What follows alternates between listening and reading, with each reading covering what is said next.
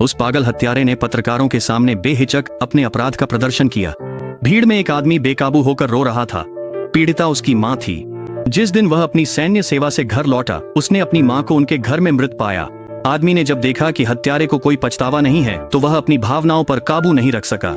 वह दौड़ पड़ा, उस राक्षस पर हमला करना चाहता था। आसपास के पुलिसकर्मी उसे रोकने की कोशिश कर रहे थे, लेकिन वे उसकी ताकत के आगे टिक नहीं सके। हालांकि एक आदमी की ताकत की भी एक सीमा होती है। आखिरकार उसे टेजर से पैर में मारा गया और वह जमीन पर गिर पड़ा। पुलिस ने तुरंत उसे दबोच लिया। यह देखकर हत्यारा घमंड से मुस्कुराया और उस आदमी का मजाक उड़ाया कि वह अपनी मां का बदला नहीं ले सका। यह सब भीड़ में मौजूद किसी एक व्यक्ति ने देखा।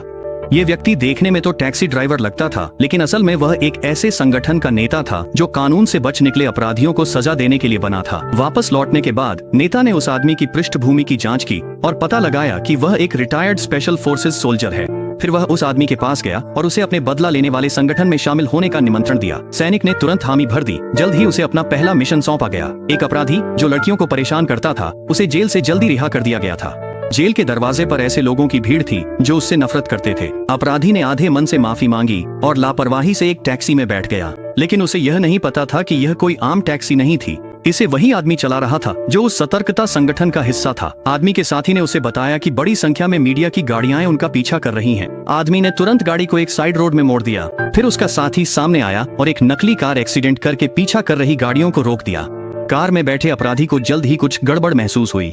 ये घर जाने का रास्ता नहीं था। उसने अपनी बेल्ट निकालकर आदमी का गला घोंटने की कोशिश की, लेकिन आदमी ने उसे आसानी से एक हाथ से काबू कर लिया। अपराधी ने जोर जोर से लात मारी, लेकिन आदमी ने उसकी पिंडली में एक पेन घुसा दिया। आदमी ने अपराधी के ट्रैकिंग एंकल मॉनिटर को हटा दिया। इसके बाद उसने टैक्सी को एक सुरंग में घुमा दिया।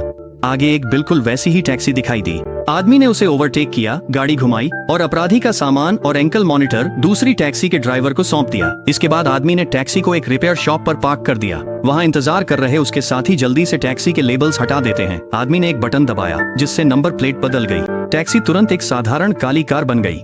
जैसे ही पीछा कर रहे रिपोर्टर वहां से गुजरे, उन्हें बिल्कुल अंदाजा नहीं था कि जिस टैक्सी का वे पीछा कर रहे थे वह पहले ही बदल दी गई थी। उस रात संगठन के नेता ने उस आदमी की टैक्सी को शहर के बाहरी इलाके में चलाया, उसके अंदर पेट्रोल डाला और उसमें आग लगा दी। जैसे जैसे आग ने कार को अपनी चपेट में लिया, अपराधी के सभी सबूत मिट गए। उधर अपराधी को एक लोहे के पिंजरे में बंद कर दिया गया, जहाँ उसे यातना और पीड़ा का सामना करना था। क्या आप चाहेंगे कि ऐसी कोई संस्था दुनिया में मौजूद हो?